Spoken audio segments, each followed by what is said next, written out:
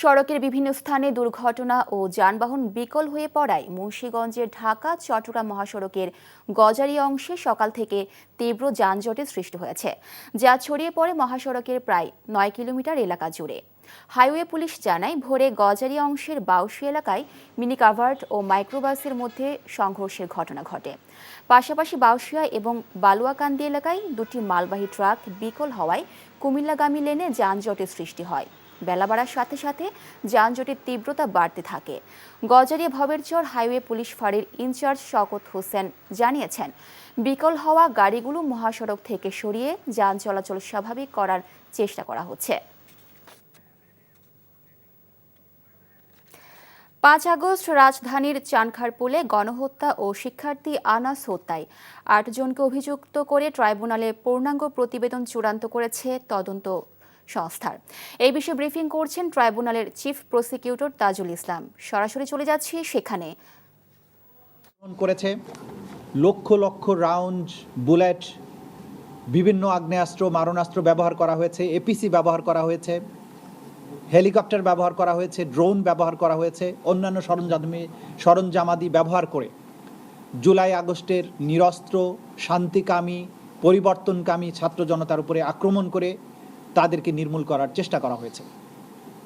সেই অপরাধের ব্যাপকতার নিরিখে আমরা বাংলাদেশের বিভিন্ন জায়গায়, বিশেষ করে যেখানে উল্লেখযোগ্য পরিমাণে নিষ্ঠুরতা সংঘটিত হয়েছিল, সেগুলোকে আলাদা আলাদাভাবে ধরে তদন্ত রিপোর্টগুলো সম্পন্ন করার জন্য চেষ্টা করেছি। তদন্ত করার চেষ্টা অব্যাহত আছে। এই অপরাধের যারা মাস্টার মাইন্ড ছিলেন, যারা ক্ষমতার শীর্ষবিন্দুতে থেকে তাদের ক্ষমতায় থাকাটাকে চিরস্থায়ী করার জন্য বৈধ এবং অবৈধ প্রক্রিয়ায় তারা সরকারি বাহিনীগুলোকে ব্যবহার করে মানবতা বিরোধী অপরাধ সংগঠন করেছেন। প্রধানমন্ত্রী যিনি সেই সময় ছিলেন, তার সরাসরি নির্দেশে তার নিচের লেভেলে স্বরাষ্ট্রমন্ত্রী, পুলিশের আইজিপি, বিভিন্ন পর্যায়ের আইন শৃঙ্খলা রক্ষাকারী বাহিনীর কর্মকর্তা, বিভিন্ন বাহিনীর কিছু অফিসার, কিছু সিভিল সার্ভেন্ট, এরা এই অপরাধ সংগঠনে সরাসরি প্ল্যানিং, প্রিপারেশন, ওয়ার্ডার এবং সরাসরি সম্পৃক্ততার মাধ্যমে তাদের সম্পৃক্ততা এখানে আমাদের তদন্তে আমরা পেয়েছি। এই তদন্ত প্রক্রিয়া চলমান থাকা অবস্থায় আপনারা সবসময়, আমরা যেটা বলেছি আপনাদের কাছে, যে প্রধান আসামি শেখ হাসিনা সহ তার সুপিরিয়র কমান্ডারদের জন্য তদন্তটা আলাদাভাবে হচ্ছে। কারণ বাংলাদেশের সর্বত্র যে জায়গাতেই অপরাধগুলো হয়েছে, প্রত্যেকটা অপরাধের সাথে তাদের সম্পৃক্ততা প্রমাণিত। সে কারণে তাদেরকে কমান্ড এবং সুপিরিয়র রেসপন্সিবিলিটির দায়ে আলাদাভাবে তদন্ত রিপোর্ট দাখিলের প্রক্রিয়া চলমান আছে, যেটা খুব সহসা আমরা আপনাদের সামনে প্লেস করব। আজকে এই আন্তর্জাতিক অপরাধ ট্রাইব্যুনালের এই পর্যায়ে আমরা জুলাই আগস্টের ৫ তারিখে, বিশেষ করে ৫ই আগস্টে এই রাজধানীর চানখারপুল এলাকায় ৬ জন ব্যক্তিকে, আমাদের জুলাই আগস্টের বিপ্লবীকে গুলি করে হত্যার দায়ে এবং চানখারপুলের এই অংশের, বিশেষ করে একটি অংশের যে ৬ জন শহীদ, সেই ঘটনাকে কেন্দ্র করে তদন্ত রিপোর্টটি সম্পন্ন হয়েছে। গতকালকে তদন্ত সংস্থা আমাদের কাছে সেই রিপোর্টটি হস্তান্তর করেছে। সেই রিপোর্টে ৮ জনকে আমরা আসামি হিসাবে পেয়েছি। সেই ৮ জন হচ্ছেন ডিএমপির সাবেক কমিশনার হাবিবুর রহমান, ডিএমপির সাবেক যুগ্ম কমিশনার সুদীপ কুমার চক্রবর্তী, শাহ আলম মোহাম্মদ আক্তারুল ইসলাম সাবেক এডিসি রমনাজন ডিএমপি, মোহাম্মদ ইমরুল সাবেক এসি রমনাজন ডিএমপি, আরশাদ হোসেন সাবেক পুলিশ পরিদর্শক অপারেশন শাহবাগ থানা, কনস্টেবল সুজন, কনস্টেবল ইমাজ হোসেন এবং কনস্টেবল নাসিরুল ইসলাম। এই ৮ জনের বিরুদ্ধে তদন্তে তাদের বিরুদ্ধে সম্পৃক্ততার প্রমাণ, কমান্ড রেসপন্সিবিলিটি দুটো মিলিয়ে, যারা সিনিয়র অফিসার তাদের নির্দেশ এবং যারা সরাসরি গুলি করে হত্যা করেছে তাদের ভিডিও সহ অন্যান্য প্রমাণাদিতে পাওয়া যাওয়ার কারণে এই ৮ জনের বিরুদ্ধে তদন্ত রিপোর্ট দাখিল করা হয়েছে। এই তদন্ত রিপোর্টে প্রধানমন্ত্রী হাসিনা, স্বরাষ্ট্রমন্ত্রী এবং পুলিশের আইজিপি, এদের বিরুদ্ধেও অপরাধের সম্পৃক্ততার তথ্য এসেছে। কিন্তু যেহেতু তাদের বিরুদ্ধে আলাদাভাবে তদন্ত চলমান আছে এবং সম্মিলিতভাবে তাদের বিরুদ্ধে একটাই চার্জশিট দেওয়া হবে, সেই কারণে এই চার্জশিটে তাদেরকে বিচারের জন্য উপস্থিত করানো হয়নি। তাদের জন্য আলাদাভাবে তদন্ত রিপোর্ট আসবে এবং তাদের বিরুদ্ধে সেইভাবে ফর্মাল চার্জ দাখিল করা হবে। তবে এই মামলার মধ্যেও তাদের সম্পৃক্ততার তথ্য এবং প্রমাণাদি উঠে এসেছে। এই তদন্তের জন্য আমাদের তদন্তের সময় লেগেছে ৬ মাস ১৩ দিন, অর্থাৎ ১৯৫ দিনের মধ্যে এই তদন্ত কাজ সম্পন্ন হয়েছে। তদন্ত কমপ্লেন্ট রেজিস্টার নাম্বার 139/7/10/2024 এটা শুরু হয়েছিল এবং 20 তারিখ অর্থাৎ গতকালকে 20 এপ্রিল 2025 তারিখে এই তদন্ত রিপোর্ট আমাদের কাছে হস্তান্তর করা হয়েছে। এই তদন্তের মূল প্রতিবেদন অংশের মোট পৃষ্ঠা সংখ্যা হচ্ছে 90। অন্যান্য আচ্ছা, এরপরে গালিলিক প্রমাণ, অডিও এবং অন্যান্য প্রমাণাদি আলাদা ভলিউমে সংরক্ষিত আছে, সেটার নাম্বারগুলো এই মুহূর্তে আমি দিতে পারছি না। মোট সাক্ষী 79 জন সাক্ষীর জবানবন্দি গৃহীত হয়েছে। এখান থেকে আমরা যখন ফর্মাল চার্জ চিফ প্রসিকিউটর যখন ফর্মাল চার্জ দাখিল করবেন তখন এখান থেকে আমরা হয়তো এর সংখ্যা কমানো হতে পারে। আমরা দেখব যে সবচেয়ে বেস্ট যারা আছে তাদেরকে হয়তো উপস্থাপন করা হবে। ভিডিও চিত্র ধারণ করে যেটা আমরা প্রমাণাদি পেয়েছি এবং সেগুলোকে একদম নিখুঁতভাবে পরীক্ষা নিরীক্ষার পরে যেটা পেয়েছি, সেপ্টেম্বরের মধ্যে বিশেষ বিসিএস এর মাধ্যমে 2000 চিকিৎসক নিয়োগ দেওয়া হবে বলে জানিয়েছেন স্বাস্থ্য উপদেষ্টা নূরজাহান বেগম। সকালে সচিবালয় রেলওয়ের আওতাধীন হাসপাতালগুলো যৌথ ব্যবস্থাপনায় পরিচালনার লক্ষ্যে স্বাস্থ্যসেবা বিভাগ ও রেলপথ মন্ত্রণালয়ের মধ্যে সমঝোতা স্মারক স্বাক্ষর অনুষ্ঠান শেষে তিনি একথা জানান। হাসপাতালের স্বাভাবিক কার্যক্রম পরিচালনার জন্য দেশে যে সংখ্যক চিকিৎসক প্রয়োজন সেখানে প্রায় 8000 চিকিৎসক সংকট আছে বলেও জানান স্বাস্থ্য উপদেষ্টা। ঢাকা, চট্টগ্রাম সহ রেলওয়ের আওতাধীন 10টি হাসপাতাল জনসাধারণের জন্য উন্মুক্ত করে দেওয়া হচ্ছেও ও সবাই সরকারি হাসপাতালের মতো চিকিৎসা সেবা পাবেন বলে জানান রেলপথ মন্ত্রণালয়ের উপদেষ্টা ফাউজুল কবির খান। স্বাস্থ্যসেবা বিভাগের জনবলের বাইরে রেলপথ মন্ত্রণালয় পিএসসির মাধ্যমে নিজস্ব জনবল নিয়োগ দেবে বলেও জানানো হয় সংবাদ সম্মেলনে।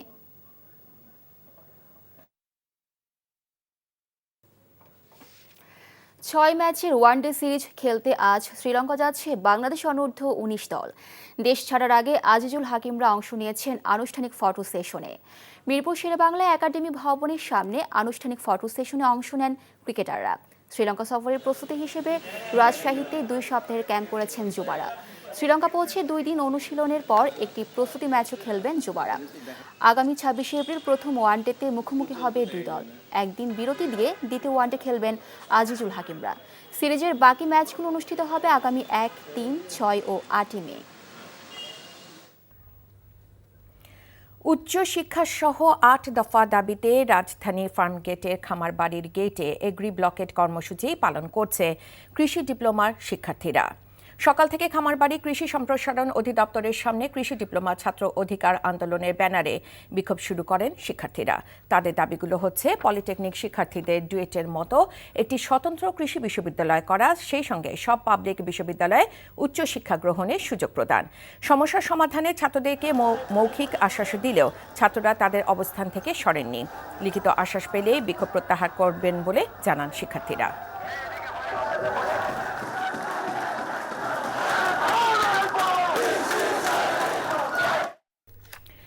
জাতীয় ঐকমত্য কমিশনের সহসভাপতি অধ্যাপক আলী রিয়াজ বলেছেন, সংস্কার কমিশনগুলোর উদ্দেশ্য দেশে এমন একটা ব্যবস্থা তৈরি করা যাতে পুনরায় আর ফ্যাসিবাদী শাসন প্রতিষ্ঠিত হতে না পারে। সোমবার জাতীয় সংসদে বাংলাদেশ খেলাফত মজলিসের সঙ্গে সংলাপের সূচনা বক্তব্যে এসব কথা বলেন আলী রিয়াজ। সংলাপে 147টি প্রস্তাবে একমত হয়েছে খেলাফত মজলিস। দলটির মহাসচিব জালাল উদ্দিন আহমেদ জানান, 16টি প্রস্তাবে দ্বিমত ও 4টি প্রস্তাবে আংশিক সম্মতি জানিয়েছে তাদের দল। এছাড়া জেলা পরিষদ নির্বাচনে জনগণের সরাসরি ভোটে চেয়ারম্যান নির্বাচিত করতে নিজেদের মত দিয়েছে দলটি। সংলাপে ফ্যাসিবাদে দোষরদের বিচার ও প্রয়োজনীয় সংস্কারে পরে নির্বাচন দেওয়ার পক্ষে মত দিয়েছে খেলাফতে মজলিস।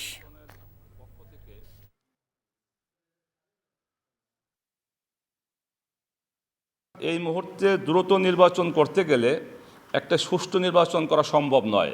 এজন্য আমাদের দলের পক্ষ থেকে দাবি হলো যে প্রয়োজনীয় সংস্কার এবং এই পতিতদের বিচার ব্যবস্থা দৃশ্যমান একটা অবস্থায় পৌঁছার পরে জাতীয় নির্বাচন করা।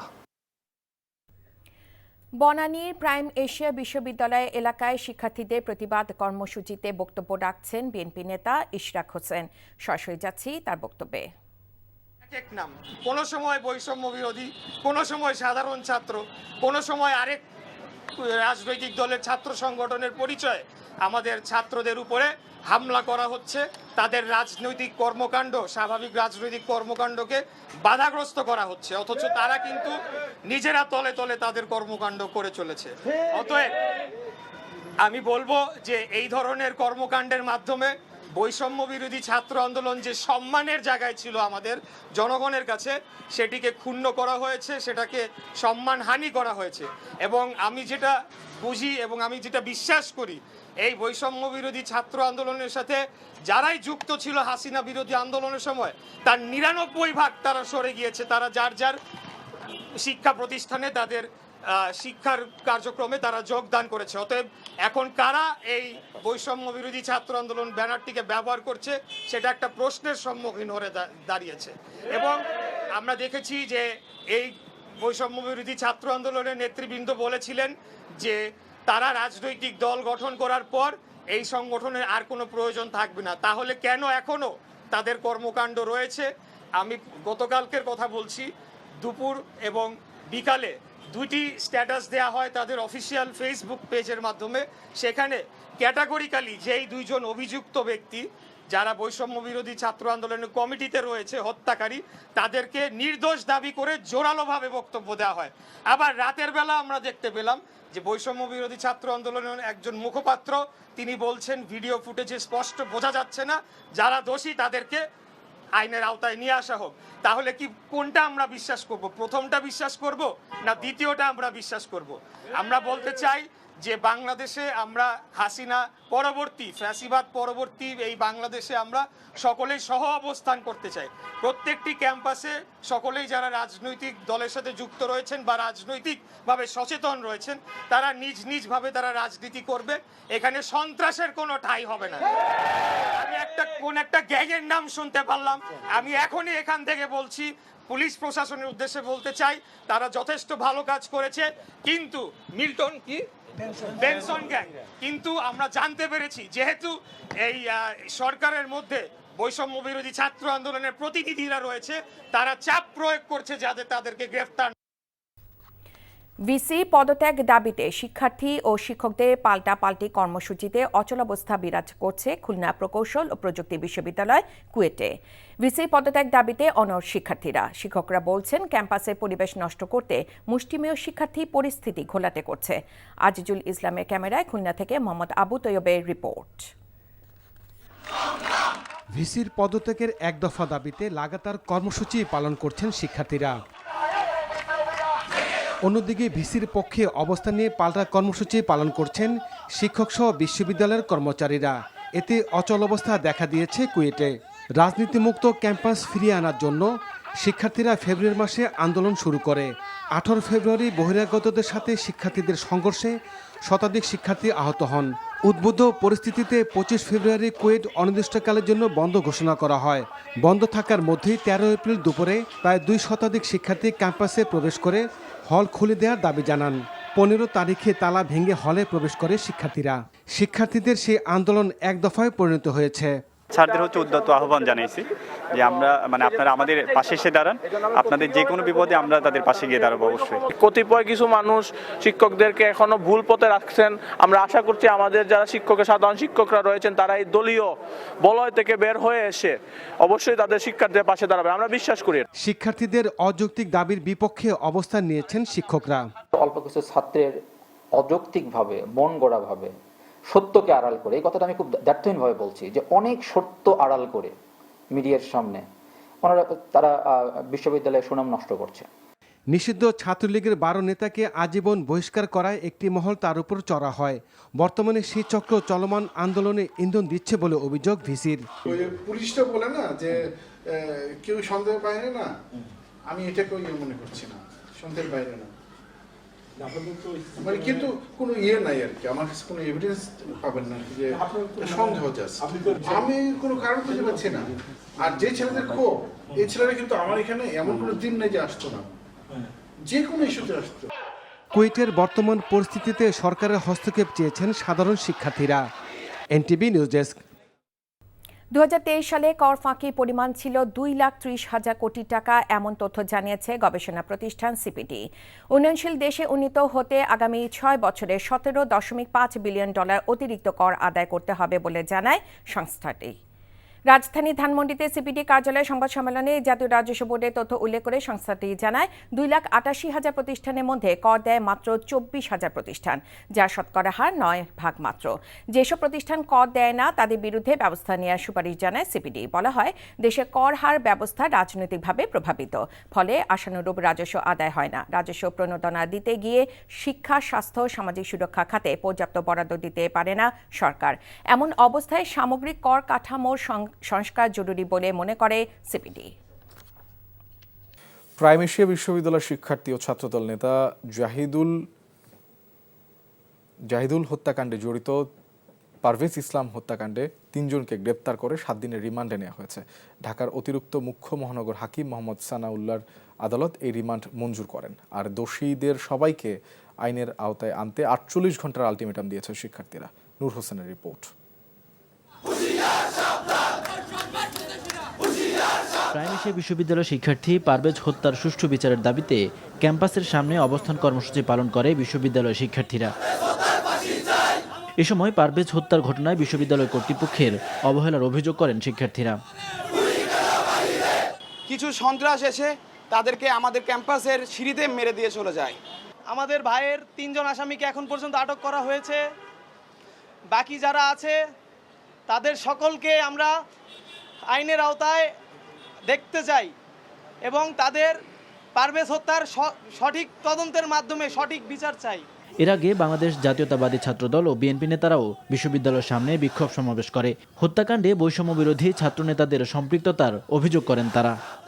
কেউ কেউ আপনাদের মধ্য থেকে ক্ষমতার অপব্যবহার করে সমস্ত সরকারকে এবং সমস্ত ছাত্র নেতৃবৃন্দকে দায়ভার নিতে হবে, তাদেরকে আইনের আওতায় তুলে দিতে হবে, না হলে বাংলাদেশের জনগণ আপনাদেরকেই এর জন্য দায়ী করবে। আমরা চাই না জনগণকে সাথে নিয়ে এখন আমরা এইসব গ্যাং খুঁজে বের করে তাদেরকে দাঁত ভাঙা জবাব দেওয়ার জন্য আমরা হত্যাকাণ্ডের ঘটনায় 5 সদস্যের কমিটি গঠন করেছে কর্তৃপক্ষ। অভিযুক্ত 3 শিক্ষার্থীকে সাময়িক বহিষ্কারও করেছে বিশ্ববিদ্যালয়। আমরা সাময়িকভাবে তাদেরকে বরখাস্ত করেছি অলরেডি, এবং একটা তদন্ত কমিটি আমরা করে দিয়েছি, এবং তদন্ত রিপোর্ট হলে তার এগেইনস্টে আমরা পার্মানেন্ট স্টেপ নেব। এদিকে এই ঘটনায় রোববার রাতে কামাল হোসেন, আলবি হোসেন জুনায়েদ আর আলামিন সানিকে মহাখালীর ওয়ারলেস থেকে গ্রেফতার করেছে বনানী থানা পুলিশ। পরে তাদের আদালতে পাঠানো হয়, সেখান থেকে 7 দিনের রিমান্ড মঞ্জুর করেন আদালত। নূর হোসেন, এনটিভি নিউজ, ঢাকা। এদিকে প্রাইম এশিয়া বিশ্ববিদ্যালয়ের ছাত্র জাহিদুল ইসলাম পারভেজ হত্যাকারীদের গ্রেপ্তারের দাবিতে দেশের বিভিন্ন স্থানে বিক্ষোভ সমাবেশ ও মানববন্ধন করেছে ছাত্রদল। দুপুরে নাটোর নবাব সিরাজউদ্দৌলা সরকারি কলেজ গেটে অনুষ্ঠিত মানববন্ধনে ছাত্রদলের জেলা, উপজেলা ও কলেজ শাখা সহ সকল ইউনিটের নেতাকর্মীরা অংশ নেয়। এ সময় জেলা ছাত্রদল সভাপতি কামরুল ইসলাম অবিলম্বে পারভেজ হত্যাকারীদের গ্রেপ্তার করে দ্রুত বিচার আইনে বিচারের দাবি জানান। এদিকে কুষ্টিয়া সরকারি কলেজের সামনে এ কর্মসূচি পালন করে জেলা ছাত্রদল। ঘণ্টাব্যাপী চলা সমাবেশে পারভেজ হত্যার সাথে জড়িতদের আইনের আওতায় আনার দাবি জানান তারা। এছাড়া গোপালগঞ্জ, চাঁপাইনবাবগঞ্জ, শরীয়তপুর, লালমনিরহাট সহ দেশের বিভিন্ন স্থানে বিক্ষোভ সমাবেশ করেছেন ছাত্রদলের নেতাকর্মীরা। উচ্চশিক্ষা সহ 8 দফা দাবিতে রাজধানীর ফার্মগেটের খামারবাড়ির গেটে এগ্রি ব্লকেট কর্মসূচি পালন করছেন কৃষি ডিপ্লোমা শিক্ষার্থীরা। অপরদিকে কৃষি ডিপ্লোমা শিক্ষার্থীদের দাবির বিপক্ষে অবস্থান ও বিক্ষোভ মিছিল করেছেন শেরে বাংলা কৃষি বিশ্ববিদ্যালয়ের শিক্ষার্থীরা। আবির আহমেদের রিপোর্ট। দাবি আদায়ের পক্ষে দিনভর স্লোগান দিতে থাকেন কৃষি ডিপ্লোমার শিক্ষার্থীরা। দাবি না মানলে কঠোর কর্মসূচির হুঁশিয়ারি দেওয়া হয়। তারা যদি আমাদের সাথে বসে আমাদেরকে লিখিত কোনো প্রজ্ঞাপন দেয়, আমরা আগামীকালই মাঠে ফিরে যাব।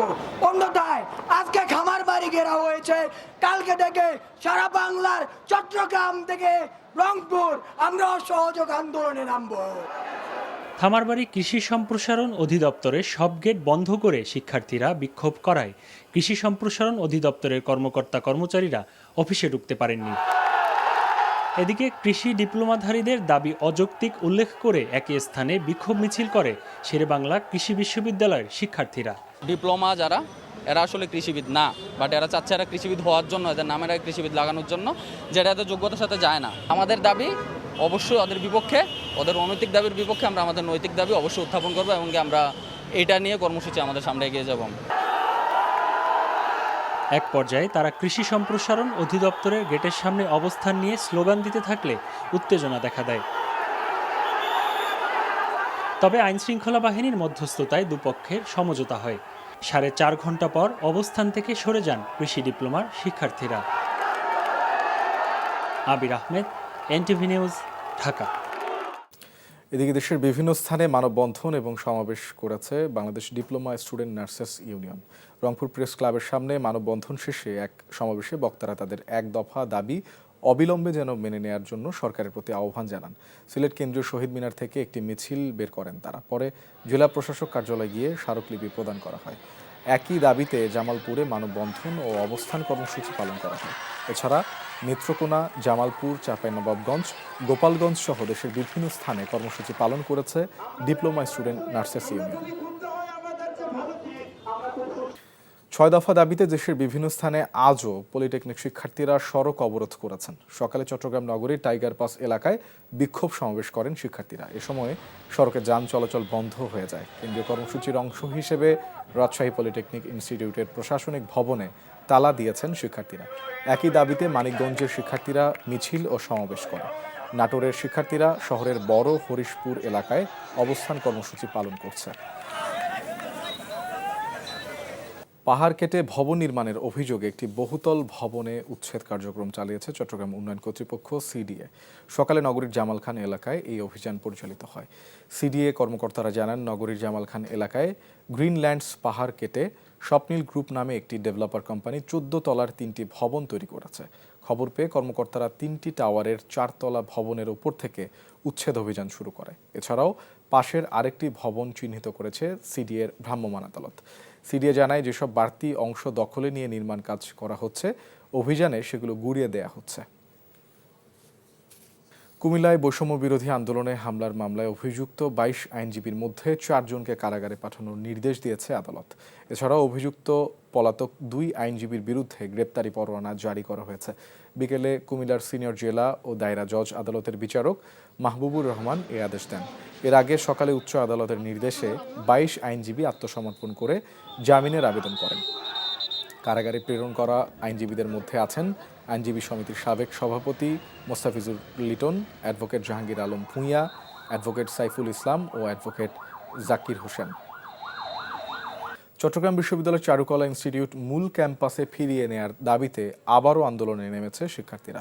দুপুরে চট্টগ্রাম বিশ্ববিদ্যালয়ের প্রশাসনিক ভবনের সামনে বিক্ষোভ করেন প্রতিষ্ঠানটির চারুকলা ইনস্টিটিউটের শিক্ষার্থীরা। এ সময় তাদের সঙ্গে একত্রতা প্রকাশ করেন অন্যান্য বিভাগের শিক্ষার্থীরাও। কর্মসূচিতে অংশগ্রহণকারীরা জানান, আন্দোলনের মুখে গেল বছর 12 ডিসেম্বর বিশ্ববিদ্যালয়ের চারুকলা ইনস্টিটিউটকে এবছর 31 মার্চের মধ্যে মূল ক্যাম্পাসে ফিরিয়ে আনার ঘোষণা দেন উপাচার্য অধ্যাপক ডক্টর শামীম উদ্দিন খান।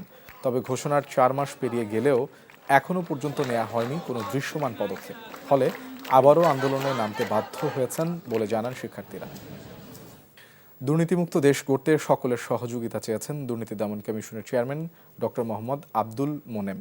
সবাই মিলে গড়ব দেশ, দুর্নীতিমুক্ত বাংলাদেশ স্লোগানে লালমনিরহাটে জেলা পরিষদ অডিটোরিয়ামে অনুষ্ঠিত গণশুনানিতে অংশ নিয়ে তিনি এসব কথা বলেন। দুর্নীতি দমন কমিশন সমন্বিত জেলা কার্যালয়ে কুড়িগ্রামের আয়োজনে ও লালমনিরহাট জেলা প্রশাসনের সহযোগিতায় গণশুনানিতে আরও উপস্থিত ছিলেন দুদক কমিশনার মিয়া মোহাম্মদ আলী আকবর আজিজ ও জেলা প্রশাসক HM রাকিব হায়দার। নারায়ণগঞ্জে নানা আয়োজনে ইউএস বাংলা মেডিকেল কলেজের 11তম প্রতিষ্ঠাবার্ষিকী পালিত হয়েছে। সকালে রূপগঞ্জ উপজেলার তারাবো কর্ণগোপ এলাকায় ইউএস বাংলা মেডিকেল কলেজের সামনে থেকে একটি র্যালি বের করা হয়। প্রতিষ্ঠানটির শিক্ষক, শিক্ষিকা ও নবীন প্রবীণ শিক্ষার্থীদের নিয়ে কেক কাটা, সঙ্গীতানুষ্ঠান ও আলোচনা সভা অনুষ্ঠিত হয়।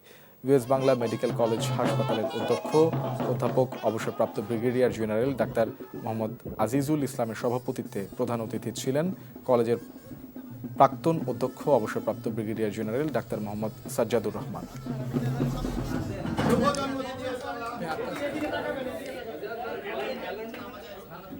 দাবি না মানা পর্যন্ত একাডেমিক ও প্রশাসনিক কার্যক্রম অনির্দিষ্টকালের জন্য শাটডাউন কর্মসূচি পালন করছে সুনামগঞ্জ মেডিকেল কলেজের শিক্ষার্থীরা। সকালে মেডিকেল কলেজের প্রশাসনিক ও একাডেমিক ভবনের ফটকে তালা ঝুলিয়ে দিয়ে বিক্ষোভ করেছে আন্দোলনকারীরা।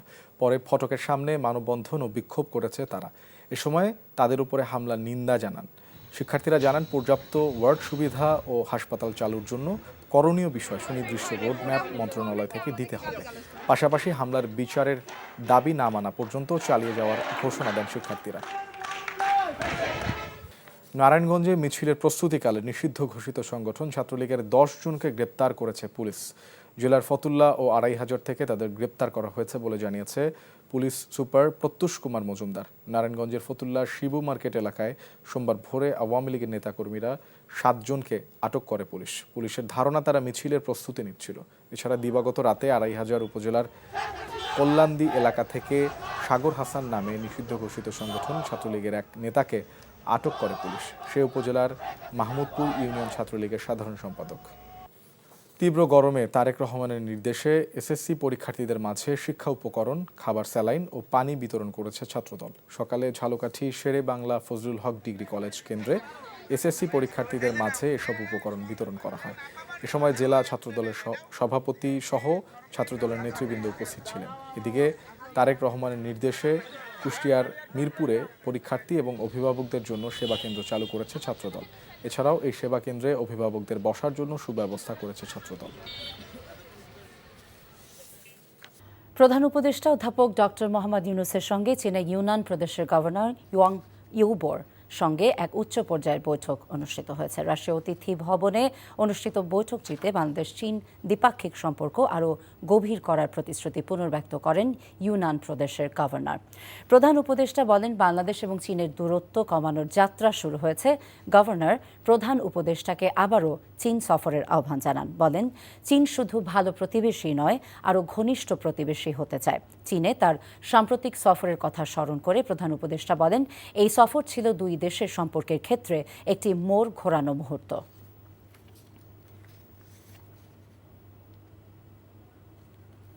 প্রয়োজনীয় সংস্কার শেষে এবছরের ডিসেম্বরে নির্বাচন না হবার কোনো কারণ দেখছে না বিএনপি। বিএনপি স্থায়ী কমিটির সদস্য নজরুল ইসলাম খান এমন মন্তব্য করেছেন। সন্ধ্যায় দলের চেয়ারপারসনের গুলশান কার্যালয়ে ধারাবাহিক বৈঠকের অংশ হিসেবে লেবার পার্টির সাথে বিএনপির লিয়াজো কমিটির বৈঠক শেষে তিনি কথা বলেন। বৈঠকে বিএনপির পক্ষে নেতৃত্ব দেন দলটির স্থায়ী কমিটির সদস্য নজরুল ইসলাম খান। অন্যদিকে লেবার পার্টির নেতৃত্ব দেন দলটির চেয়ারম্যান মুস্তাফিজুর রহমান ইরান। পরে নজরুল ইসলাম খান ডিসেম্বরকে সামনে রেখে নির্বাচনী রোডম্যাপ প্রদানের দাবি জানান। প্রশাসনে বিএনপির লোকজন বসে আছে। এনসিপির আহ্বায়ক নাহিদ ইসলামের এমন মন্তব্যকে ভিত্তিহীন বলে জানান নজরুল ইসলাম খান।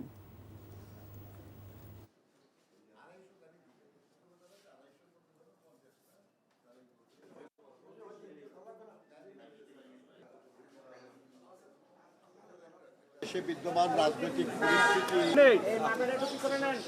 আমরা ডিসেম্বরের মধ্যে নির্বাচন হতে কোনো বাধা দেখি না, কারণ নির্বাচন কমিশন বলেছে তারা জুন মাসের মধ্যে রেডি হয়ে যাবে। আমরা দেখছি ঐকমত্য কমিশন বলছে মে মাসের মাঝামাঝি সময়ের মধ্যে তারা বিভিন্ন রাজনৈতিক দলের সঙ্গে আলোচনা ক্রমে একটা মোটামুটি একটা জায়গায় পৌঁছবে যেখানে একটা জাতীয় সনদ প্রস্তুত করা সম্ভব হবে। তো তাহলে প্রয়োজনীয় সংস্কার শেষে নির্বাচন অনুষ্ঠানের জন্য ডিসেম্বরের বেশি অপেক্ষা করার কোনো কারণ আমরা দেখি না। ক্ষমতাচ্যুত সাবেক প্রধানমন্ত্রী শেখ হাসিনা এবং তার বোন শেখ রেহানা সহ শেখ পরিবারের 10 জনের জাতীয় পরিচয়পত্র লক করেছে নির্বাচন কমিশনের জাতীয় পরিচয় নিবন্ধন অনুবিভাগ। জাতীয় পরিচয় নিবন্ধন অনুবিভাগের মহাপরিচালকের মৌখিক নির্দেশে 10 জনের এনআইডি লক করা হয়। এই মৌখিক আদেশের কপিতে 16 ফেব্রুয়ারি এনআইডির সংশ্লিষ্ট শাখার কর্মকর্তা সই করেন। সোমবার এনআইডি অনুবিভাগ সূত্রে এই তথ্য জানা গেছে।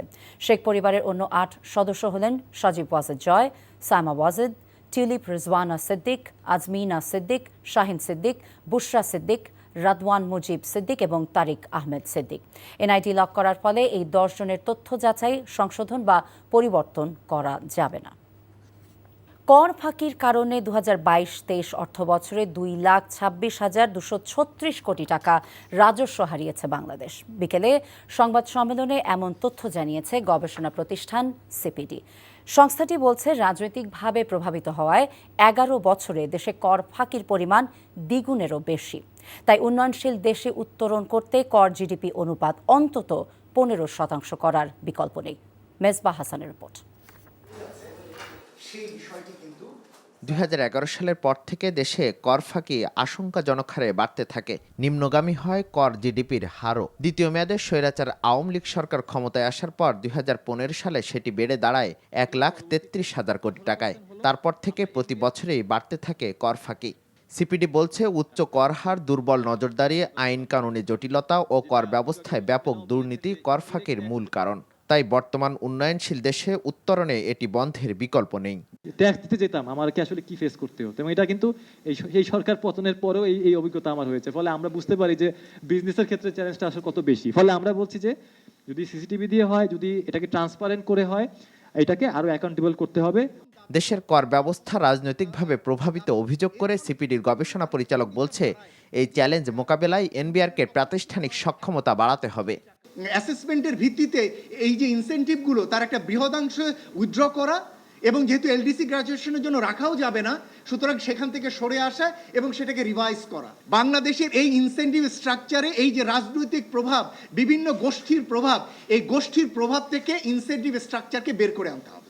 যেসব প্রতিষ্ঠান কর দেয় না তাদের বিরুদ্ধে ব্যবস্থা নেওয়ার সুপারিশ জানায় সংস্থাটি।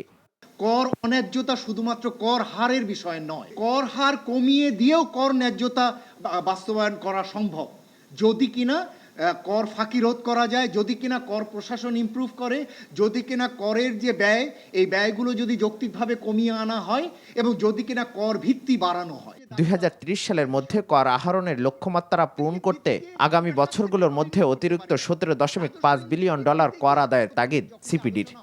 Mezbah Hasan, NTV news, Dhaka. জাতীয় ন্যূনতম মজুরি নির্ধারণের সুপারিশ করেছে শ্রম বিষয়ক সংস্কার কমিশন। অন্তর্বর্তীকালীন সরকারের প্রধান উপদেষ্টা অধ্যাপক ডক্টর মোহাম্মদ ইউনূসের কাছে কমিশনের সদস্যগণ এই প্রতিবেদন হস্তান্তর করেন। প্রধান উপদেষ্টার সরকারি বাসভবন রাষ্ট্রীয় অতিথি ভবন যমুনায় আজ দুপুরে এই প্রতিবেদন হস্তান্তরকালে প্রধান উপদেষ্টা প্রতিবেদনের আন্তর্জাতিক গুরুত্বের কথা উল্লেখ করেন। দেশের সকল শ্রমিককে পরিচয়পত্র দেয়া বাধ্যতামূলক করা সহ আইনি সুরক্ষা দেওয়ার সুপারিশ করা হয়েছে এই প্রতিবেদনে। একই সাথে কর্মক্ষেত্রে কোনো শ্রমিককে তুই তুমি সম্বোধন না করার কথাও এই প্রতিবেদনে বলা হয়েছে। সেপ্টেম্বরের মধ্যে বিশেষ বিসিএস এর মাধ্যমে 2000 চিকিৎসক নিয়োগ দেওয়া হবে বলে জানিয়েছেন স্বাস্থ্য উপদেষ্টা নূরজাহান বেগম। সকালে সচিবালয়ে রেলওয়ের আওতাধীন হাসপাতালগুলো যৌথ ব্যবস্থাপনায় পরিচালনার লক্ষ্যে স্বাস্থ্য সেবা বিভাগ এবং রেলপথ মন্ত্রণালয়ের মধ্যে সমঝোতা স্মারক স্বাক্ষর অনুষ্ঠান শেষে তিনি একথা জানান। হাসপাতালের স্বাভাবিক কার্যক্রম পরিচালনার জন্য দেশে যে সংখ্যক চিকিৎসক প্রয়োজন সেখানে প্রায় 8000 চিকিৎসক সংকট আছে বলেও জানান উপদেষ্টা। ঢাকা, চট্টগ্রাম সহ রেলওয়ের আওতাধীন 10টি হাসপাতাল জনসাধারণের জন্য উন্মুক্ত করে দেওয়া হচ্ছে এবং সবাই সরকারি হাসপাতালের মতো চিকিৎসা সেবা পাবেন বলে জানান রেলপথ মন্ত্রণালয়ের উপদেষ্টা ফাজুল কবির খান।